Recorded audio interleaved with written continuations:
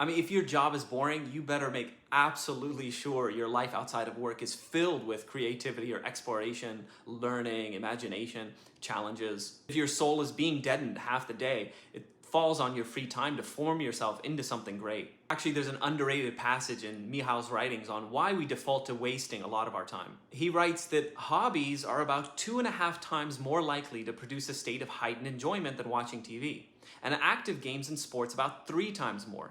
Yet people spend at least 4 times more of their free time watching TV than doing hobbies or sports. Why would people spend 4 times more time doing something that has less than half the chance of making them feel good? When we ask the participants of our studies this question, a consistent explanation begins to appear. People admit that biking or playing basketball or playing the piano are more enjoyable than roaming through the mall or watching TV.